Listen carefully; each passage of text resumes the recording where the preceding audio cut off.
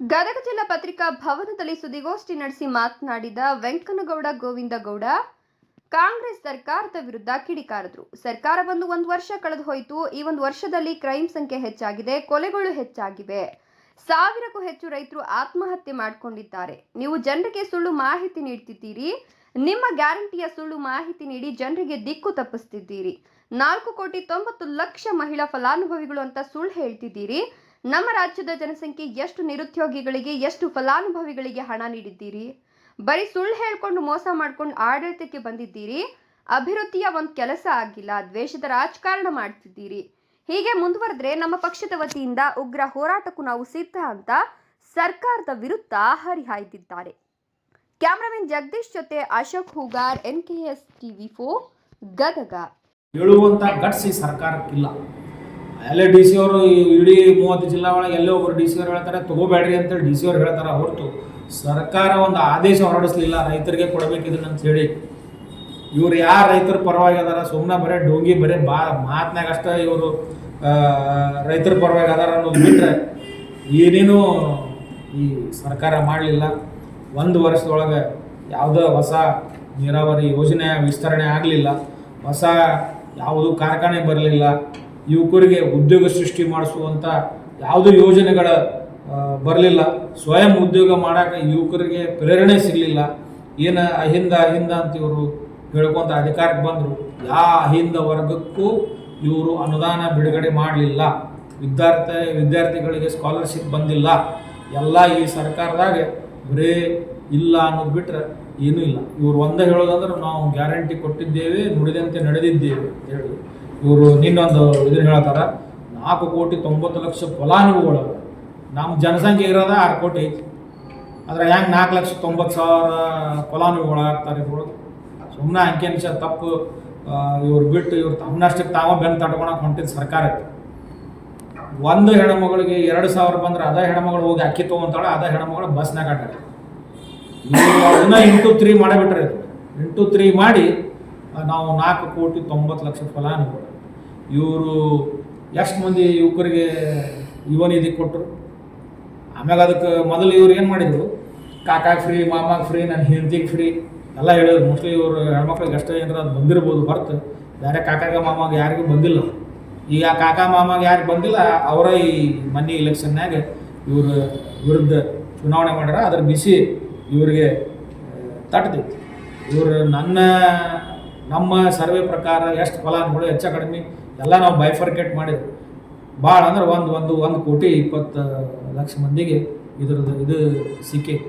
ಅದು ಸಿಕ್ಕವ್ರಿಗೆ ಏನಾಗೈತಿ, ಈಗ ಕರೆಂಟ್ ಫ್ರೀ ಅಂಥೇಳಿ ನಮಗೆ ಕೊಟ್ಟು, ಈಗ ಮನೆಗೆ ಕರೆಂಟ್ ಫ್ರೀ ಅಂತ ಕೊಟ್ಟು ನಂದು ಆಫೀಸಿನ ಕರೆಂಟ್ ಡಬಲ್ 3 ಆಗಿಬಿಟ್ಟಿತ್ತು. ಮತ್ತು ನಾನೇನು ಮಾಡೋದಂದ್ರೆ ಇಂಥವ್ರು ಭಾಳ ಓಟ್ ಹಾಕಿಲ್ಲ, ಇವ್ರೇನು ತಿಳ್ಕೊಂಬಿಟ್ರೆ ನಾನು ಗ್ಯಾರಂಟಿ ಮೇಲೆ ಓಟ್ ಹಾಕ್ಬಿಟ್ರೆ ನಮ್ಗೆ 4 ಕೋಟಿ ಓಟ್ ಅಂದ್ರೆ ಓಟರ್ ಸರಿ ಎಷ್ಟು ಅದ ನಮ್ಮಲ್ಲಿ? 6 ಕೋಟಿನಾಗ 6 ಕೋಟಿ ಓಟರ್ ಸಿಗ್ತಾರೆ. ಸುಮ್ಮನೆ ಅಂಕಿಅಂಶ ಸುಮ್ಮನೆ ಮಿಸ್ಗೈಡ್ ಮಾಡುವಂಥ ಇದಕ್ಕೆ ಸರ್ಕಾರ ಕೈ ಹಾಕೈತಿ. ಪೂರಾ 1 ವರ್ಷ ಬರೀ ಇವರು ಸುಳ್ಳು ಸುಲಿಗೆ.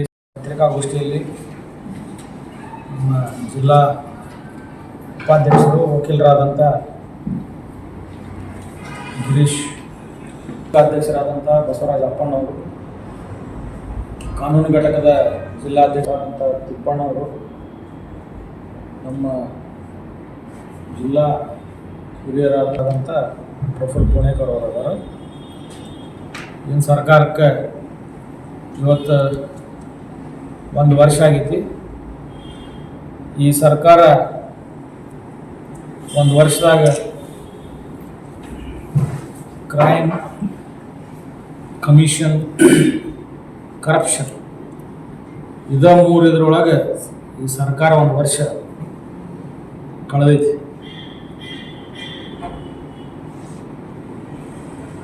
1 ವರ್ಷ ಇವ್ರಿಗೆ ಜನರಿಗೆ ನೀಡಿದ್ದಂದ್ರೆ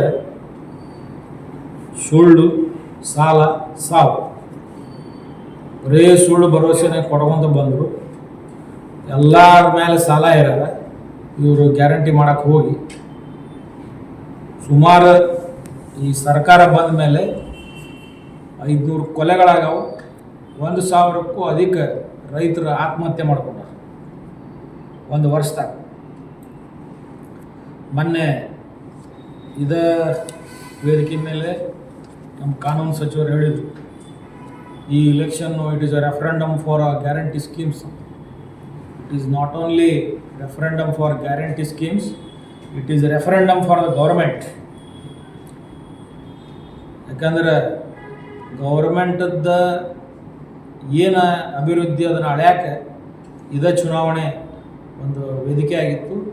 ಜನರು ಸರ್ಕಾರದ ಕಾರ್ಯವೈಖರಿಯನ್ನು ಅಳತೆ ಮಾಡಿ ಈ ಸಲ ಲೋಕಸಭೆ ಒಳಗೆ ಓಟ್ ಹಾಕ್ಯಾರ. ಒಂದು ವರ್ಷದೊಳಗೆ ನೇಹಾ ಹಿರೇಮಠರು ಕೊಲೆ ಆಗುತ್ತೆ, ಅಂಜಲಿ ಅವ್ರ ಕೊಲೆ ಆಗುತ್ತೆ, ಮಂಡ್ಯದಾಗ ಒಂದು ವಿದ್ಯಾರ್ಥಿದ ಶಿರಚ್ಛೇದ ಮಾಡ್ತಾರೆ, ಉಡುಪಿ ಒಳಗೆ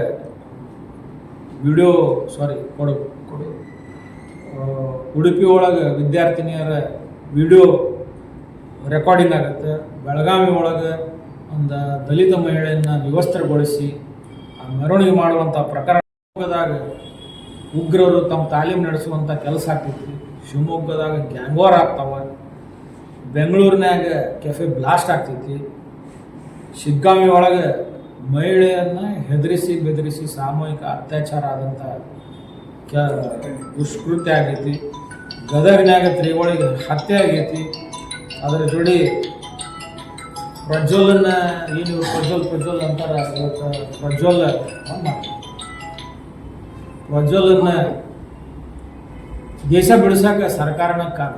ಯಾಕಂದ್ರೆ ಸರ್ಕಾರದ ಸಹಾಯ ಇಲ್ಲಾಂದ್ರೆ ಯಾರೋ ಒಬ್ರು ದೇಶ ಬಿಟ್ಟು ಹೋಗಕ್ಕೆ ಅಷ್ಟು ಸರಳ ಇಲ್ಲ. ಆಮೇಲೆ ಈ ಸುಮಾರು ಒಂದು 10 ದಿನದಿಂದ ಆಡಿಯೋ ಹರಿದಾಡಕತ್ತಾವ. ಎಲ್ಲದ್ರೊಳಗೂ ಎಲ್ಲರೂ ಶಿವರಾಮೇಗೌಡರ ಅದಾರ ಪ್ರಮುಖ. ಅವ್ರನ್ನ ಇನ್ನೂ ಮಟ್ಟ ಒಂದು ನೋಟಿಸ್ ಕೊಟ್ಟು ಕರೆಸುವಂಥ ಕೆಲಸ ಇನ್ನೂ ಆಗಿದೆ. ಅವ್ರಿಗೆ ಕರೆಸಿ ಅವ್ರಿಗೆ ಎನ್ಕ್ವೈರಿ ಮಾಡಿ ಅವ್ರದ್ದು ಏನು ಇದ್ರೊಳಗೆ ಪಾತ್ರ. ಈ ಪೆನ್ಡ್ರೈವ್ ಹಂಚೋದು ಕಾಂಗ್ರೆಸ್ನವ್ರು ಹೇಳ್ತಾರೆ, ಸಂತ್ರಸ್ತರ ಬಗ್ಗೆ ಯಾರೂ ಮಾತಾಡೋಂಗಿಲ್ಲ. ಸಂತ್ರಸ್ತರ ಬಗ್ಗೆ ಏನು ಮಾತಾಡಬೇಕು? ಅವ್ರು ಮಾತಾಡಿದ್ರೆ ಪಬ್ಲಿಸಿಟಿ ಆಗ್ತೈತೆ, ಅವ್ರಿಗೆ ಮತ್ತೆ ಇನ್ನೂ ಸ್ವಲ್ಪ ನಾವು ಮಾನಹಾರ ಮಾಡ್ದಂಗೆ ಆಗ್ತೈತೆ ಅನ್ನೋ ಸಲುವಾಗಿ ಸಂತ್ರಸ್ತರಿಗೆ ಏನು ನ್ಯಾಯ ಸಿಗ್ಬೇಕು ಅದು ಸಿಗ್ಬೇಕಂತೇಳಿ ಎಲ್ಲ ನಾಯಕರು, ಎಲ್ಲ ಪಕ್ಷದ ನಾಯಕರು ಹೇಳಿ ಮುಗಿಸ್ಯಾರ. ನೀವು ಇದನ್ನೆಲ್ಲ ಹಂಚಿ ಅವ್ರ ಮಾನ ಮರ್ಯಾದೆ ಎಲ್ಲ ತೆಗೆದು ಇವತ್ತು ಅಗದಿ ಏನು ಸಾಚಾದೇವು ನಾವು ಅನ್ನೋರ ಗತಿ ನೀವು ಆ್ಯಕ್ಟಿಂಗ್ ಮಾಡಿದ್ರೆ ನೀವು ಮಾಡಿದ ಪಾಪ ಅದು ಬಿಡುದಿಲ್ಲ ಅದು ನಿಮ್ಮನ್ನ ತೊಗೊಂಡು ಹೋಗ್ತಿದ್ರು. ಇವರು ಒಂದು ವರ್ಷದಾಗ ಏನು ಕನ್ನಡ ಪರ ಸಂಘಟನೆಗಳು ಇವ್ರ ಸಲುವಾಗಿ ಇಲೆಕ್ಷನ್ನಾಗ ಕೆಲಸ ಮಾಡಿದ್ರು, ಅವ್ರನ್ನೂ ತೊಗೊಂಡು ಒಳಗೆ ಹಾಕಿ, ಅವ್ರನ್ನೂ ಕೇಸ್ ಹಾಕಿ ಅವ್ರ ಮೇಲೆ ಹಾಕಿ ಅವ್ರನ್ನೂ ಪಾಪ ಜೈಲಿಗೆ ಕಳಿಸುವಂಥ ಕೆಲಸ ಮಾಡಿದರು. ಇಷ್ಟು ಬರಗಾಲ, ಭಾಳ ಕೆಟ್ಟ ಬರಗಾಲ. ರೈತರಿಗೆ ಇವರು ಯಾವುದೂ ನೆರವನ್ನು ಕೊಡಲಿಲ್ಲ. ರೈತರಿಗೆ ಬಿಡಿಗಾಸು ರಾಜ್ಯ ಸರ್ಕಾರದಿಂದ ಒಂದು ಪೈಸಾ ಕೊಡಲಿಲ್ಲ. ಏನಾರ ಇವ್ರಿಗೆ ಒತ್ತಡ ಹಾಕಿದ್ರೆ ಬರೀ ಕೇಂದ್ರ ಸರ್ಕಾರ ಆಯ್ತು. ಕೇಂದ್ರ ಸರ್ಕಾರ 3,500 ಕೋಟಿ ರೂಪಾಯಿ ಇವ್ರು ಕೊಟ್ಟರೆ ಆ 3,500 ಕೋಟಿ ರೂಪಾಯಿ ಸಾಲಕ್ಕೆ ಜಮಾ ಮಾಡ್ಕೊಳ್ಳುವಂಥ ಬ್ಯಾಂಕ್ಗಳಿಗೆ ಒಂದು ಕಟ್ಟುನಿಟ್ಟಾದ ಏನೇನು ತೊಗೊಳಕ್ಕೆ ಹೋಗ್ಬೇಡ,